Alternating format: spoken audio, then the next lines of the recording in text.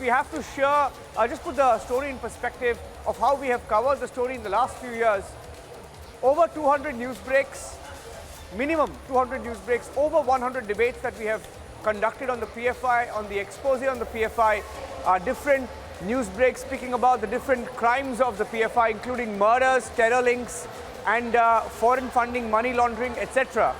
Now, it's all come down to this, and for all our exposes and the news breaks in the last few years, if there was one channel that the PFI hated, it was Republic TV. They went to court each time we carried a story on them, and we've actually lost count of how many notices they sent, how many cases we face, and how our fight continues against the Republic, against the PFI. But that's not the point today. Today they've been banned. They are nobody in India anymore. They've been banned completely, completely wiped out in India. Getting in a reaction, Siddaramaiah, former Karnataka chief, Congress leader, senior leader from Karnataka, just responding, trying to make that comparison between the BJP, between the RSS and PFI. Let's listen in. He's speaking in Kannada. I'll try and translate over it. Any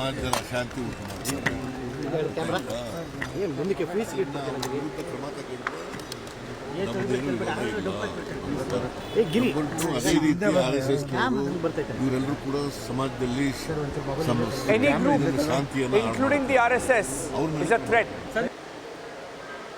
Any group that threatens society and communal harmony should be banned. That was what Siddaramaiah said. In short, Siddaramaiah said that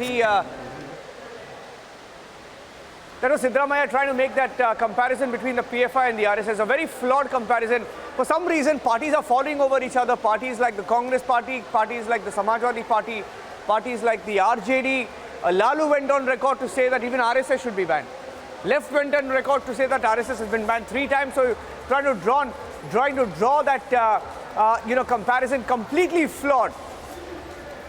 Madhurima, Sandeep, Prajwal, Ashwin, Sandeep, and our correspondents from across the country joining us on the broadcast, Deshratan Nigam and Subhash Jha, advocates joining us on the broadcast. Let me get in Subhash Jha. Subhash, this comparison between the RSS and the PFI completely flawed. I don't know what political parties are thinking.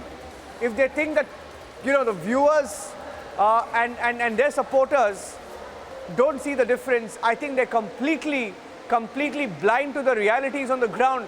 How can you even make that comparison? A terror group, a group directly linked to terror, being linked or drawn a comparison to a group that has always worked for the society.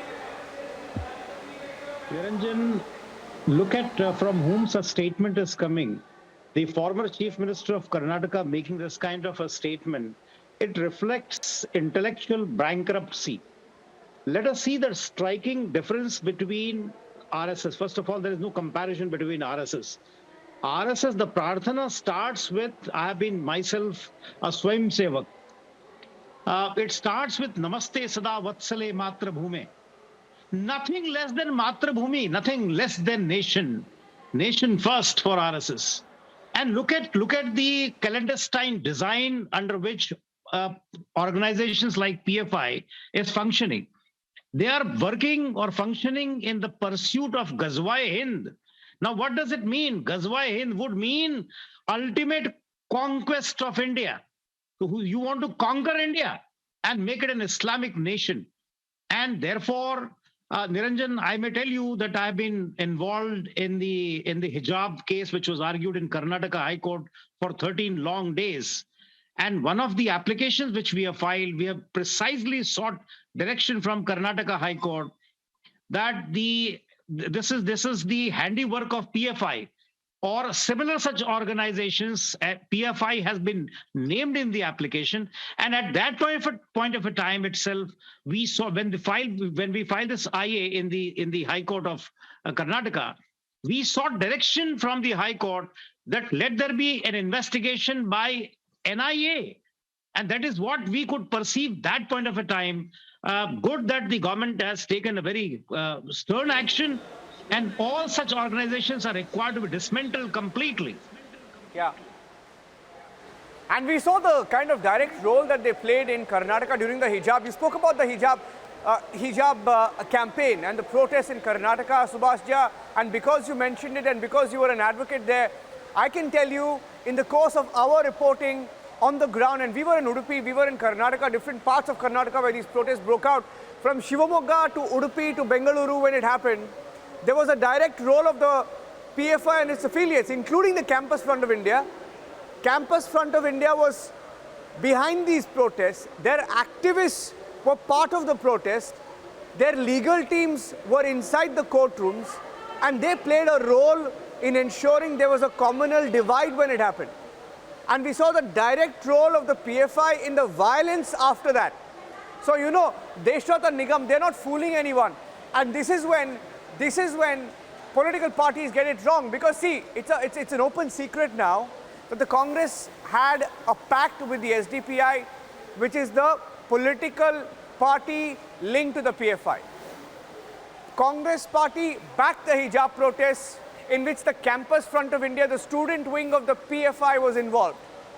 So see, these political parties, they try to play it smart. During the last election, it was an open secret that the Congress had a pact with the SDPI. So today, they're perhaps feeling extremely upset, Deshat and Nigam, that this has happened. Yes, in fact, Niranjan, Mr. Jha very eloquently put everything about RSS. And a wonderful organization which believes in social harmony and keeps the motto Rashtra Sarvopari. Nothing less, nothing more. And once you say that these political parties in the opposition are playing smart, no, they're not playing smart. They are doing all kinds of stupid things, thinking only the certain sections of radicalized Muslims are only their voters. And therefore, let us appease them. That doesn't work anymore. And that is why you are seeing the wiping out. Even the Congress or other parties are slowly, losing their space because they forget that the nation is supreme.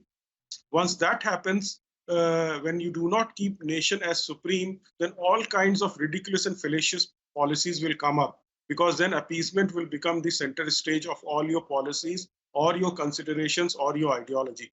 And that is what we are seeing. And look what PFI was doing. And clearly it comes under the unlawful association defined under the UAPA Act, where they were talking about secession of India, the territory of India, part of territories of India, disrupting the communal and religious